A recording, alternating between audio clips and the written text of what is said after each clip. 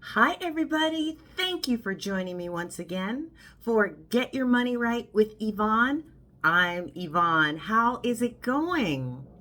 Listen, as we always want to do, we want to start this by asking you, how are you doing? How are you faring? How's it going? Life gets so busy, and many times we just forget to say to the other people, how are you? And I think it does so much for um, people mentally, just to know that they're connected to people. And I just think it's really important for me to extend that and to just let you know that this community is thinking of you and wishing the best for you. And just, at the end, if you want to join this community, we'd love to have you. Don't worry about it now. We can talk about it at the end. But just let you know we're thinking and care. Okay? So how are things going with me? Fine. I've no real complaints. And just trying to get by day to day. You know how it goes. And survived Halloween. In our neighborhood, you kind of never know how many kids are going to show up. And this particular year was really light. We had the windows, that some of the drapes open so that we could see, and the light was on. There was absolutely no uh, anybody on the street here at all. And down, a quarter of a mile, half a mile maybe, down the street, the houses are a little bit more packed, or the neighborhoods, the houses to one another. And you can get more bang for your buck going down there. So maybe that's what kids did. I don't know.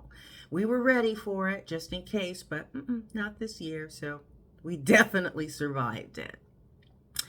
So I'm just wondering how many folks might be affected by the government shutdown. And I don't even know what to say. I'm so terribly sorry. Just, you see the things on the news, and it's heartbreaking. It really, really is. Folks going without a paycheck who work in some capacity for the federal government.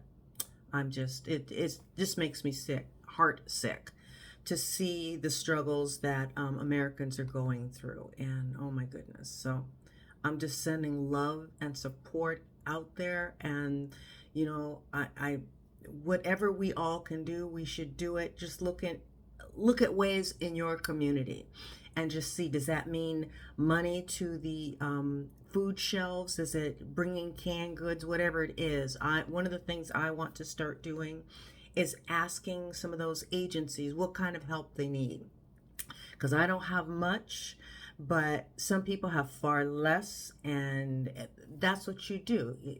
My faith says help other people. So that's what I want to do, and what I encourage everyone else to at least think about. So I'm hopeful that by now you have checked in with your HR departments and just set up a way to fund your retirement. Yes, now is important, but so is the future. We kind of live two lives if you think about it, the now and the upcoming. The upcoming is coming for every one of us. I will just never forget many, many years ago, at a family gathering, being a stupid teen, and how I thought 40 was so old, and I must have said something offensive because my mom's cousins gave me the look, say, what? It's like, it kind of told me, don't ever do that again. So the future comes up quick. And yes, you want to live your life and enjoy now. For remember, tomorrow is coming and you need to prepare for it. And the sooner you start to put money away for that eventuality, the better, because you put money in and it compounds and it compounds and it compounds, and it will get you to the point one day where you can fund your own retirement. And don't worry about how much is in there compared to somebody else, because there are people out there who have millions, a million and up, to fund their retirement. And you can't look at that and say, well, I don't have that, so why bother? No. Take care of yourself. Put that money away. Now, I won't have a million or two in my account when it's time to retire, but just keep in mind how it works, right? Because whatever the balance is in your retirement account, you're earning something, or there's an average that you are earning interest wise, right? And so the prevailing wisdom is that whatever in that account is 4%. So if you're taking 4% on an annual basis, you should be okay. So between that and your Social Security money, and if you have a pension, whatever sources that you might have, you're able to pool those resources and be able to take care of yourself in retirement. Now, many of the stories that I'm reading now are people who didn't save extra money. They're only looking at Social Security. And remember, Social Security was never invented to take care of all of your needs in retirement. It just was not. And those people that are getting $2,000 a month, that's great. That's $2,000 you would not have had. But look at your current expenses. So if your expenses remain the same, and expenses never remain the same, do they? They go up because businesses charge more. And that's just how it goes. So if you were getting only $2,000 a month, would you be able to sustain your current lifestyle? And I'm guessing the answer to that question is no. Your debt is too high, your income would be too low, and there's a deficit. So what do you do to fill that? So when people say, I'm whatever age, 50, 60, I have no retirement savings, what do I do? Well, the first thing I say is start saving, because no matter where you start, you're starting, you're doing something, you're being proactive about your retirement years. You're doing what you need to do to sustain and to survive. So whatever you do, start.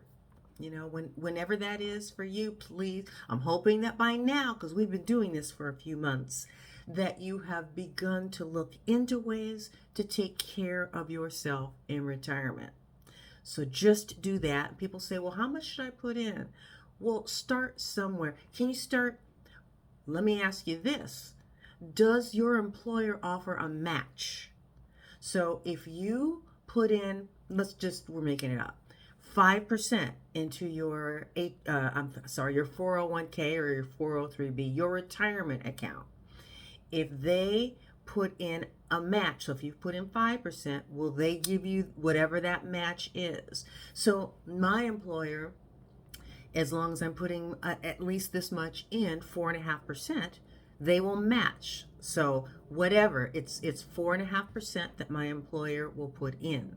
So if I was only doing 5%, it's nearly doubled because my employer does 4.5, so at 9.5%. That's something that you're starting. And I know over the years I have increased that.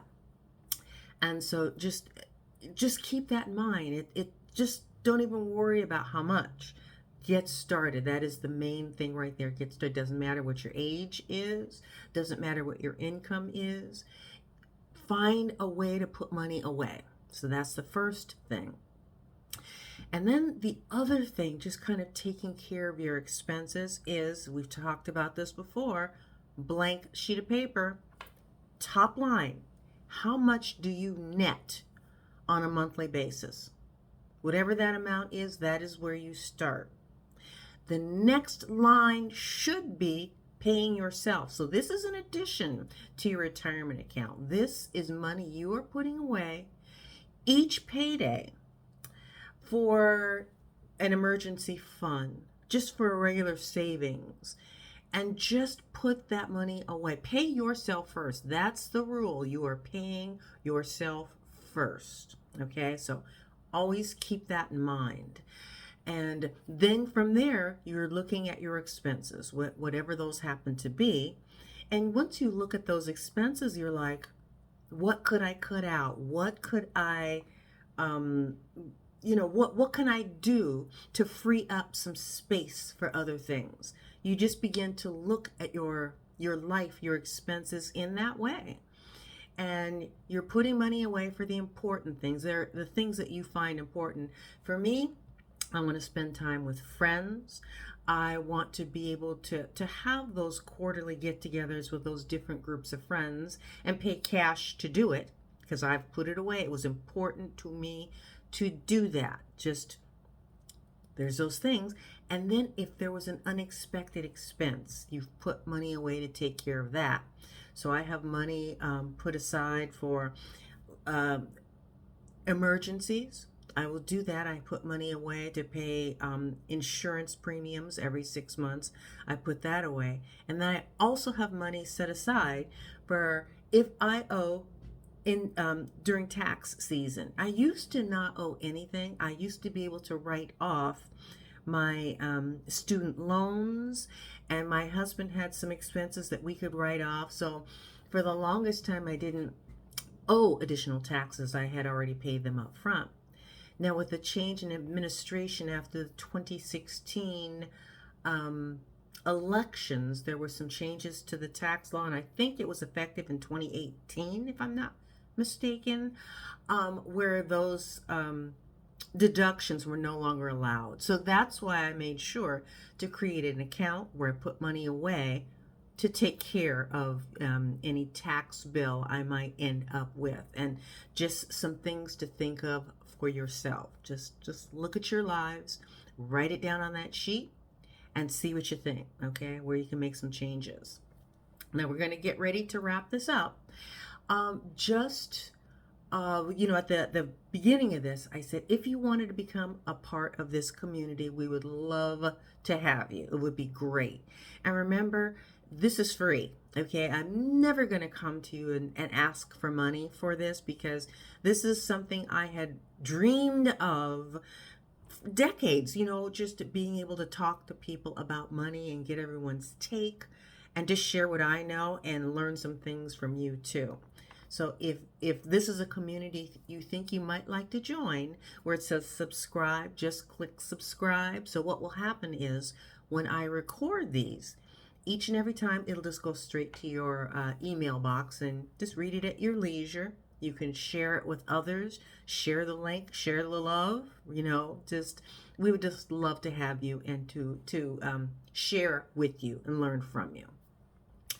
So with that, we are going to wrap up Get Your Money Right with Yvonne. I'm Yvonne, and until next time, okay, you take care. Be good to yourselves. Bye-bye.